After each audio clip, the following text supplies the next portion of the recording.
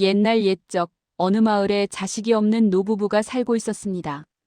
두 사람은 매일 신사에 가서 기도했습니다. 부디 우리에게 아이를 주십시오. 아주 작은 아이라도 좋으니 자식을 갖게 해주십시오. 얼마 후 할머니가 아이를 낳았습니다. 하지만 아이는 엄지손가락만한 크기였습니다. 키가 겨우 3cm 정도였습니다. 아이가 너무 작구나. 하지만 우리가 원한 대로 아이를 주셨어요. 고맙게 키웁시다. 노부부는 아이에게 이순보시라는 이름을 지어주었습니다. 한치 법사라는 뜻이었습니다. 세월이 흘러도 이순보시는 전혀 자라지 않았습니다. 10살이 되어도 15살이 되어도 여전히 엄지손가락만한 크기였습니다. 하지만 이순보시는 용감하고 영리했습니다. 저는 비록 작지만 큰 무사가 되고 싶습니다. 어느 날 이순보시가 말했습니다. 부모님, 저는 도시로 가서 무사 수행을 하고 싶습니다. 할아버지와 할머니는 슬펐지만 아들의 꿈을 응원했습니다. 할머니는 바늘로 작은 칼을 만들어 주었습니다. 할아버지는 밀짚으로 칼집을 만들어 주었습니다.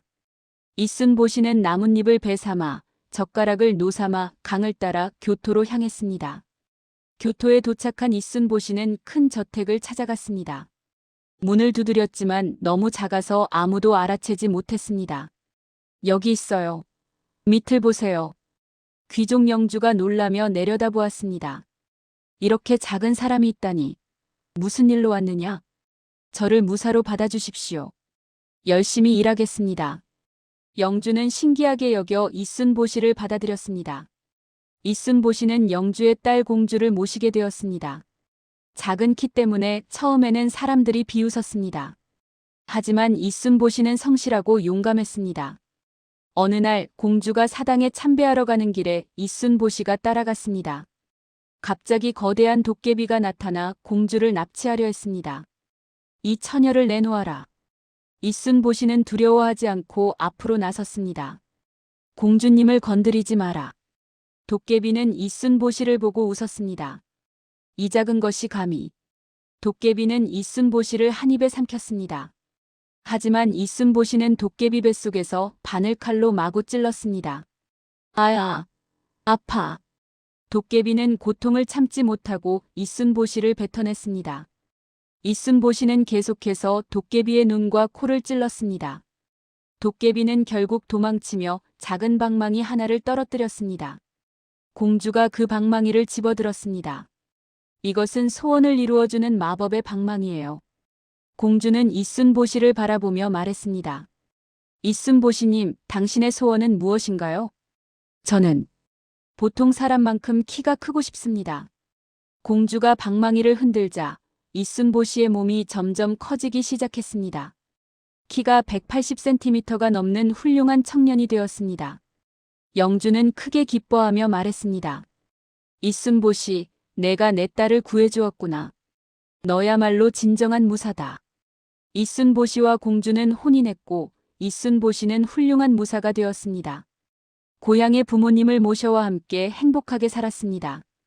작았던 몸이지만 큰 마음과 용기로 모두를 지켰던 이순보시의 이야기는 오래도록 전해졌습니다. 이순보시가 보여주는 교훈. 1. 외모나 조건이 아닌 용기가 중요하다. 이순보시는 엄지손가락만한 작은 키였습니다. 사람들이 비웃었고 처음에는 아무도 그를 인정하지 않았습니다. 하지만 거대한 도깨비 앞에서도 물러서지 않고 공주를 지켰습니다. 몸집이 작아도 용기는 누구보다 컸습니다. 진정한 가치는 겉모습이 아니라 마음에 있습니다. 불리한 조건을 지혜로 극복한다. 이순보시는 자신의 작은 몸을 단점이 아니라 장점으로 활용했습니다. 도깨비에게 삼켜졌을 때 뱃속에서 공격했고 작은 몸으로 민첩하게 눈과 코를 찔렀습니다. 약점을 한탄하지 않고 그것을 활용하는 지혜를 발휘했습니다. 3.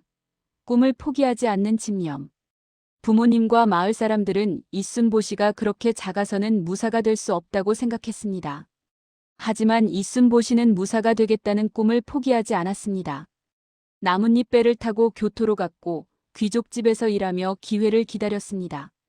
결국 진정한 무사로 인정받았습니다. 4. 준비된 자에게 기회가 온다.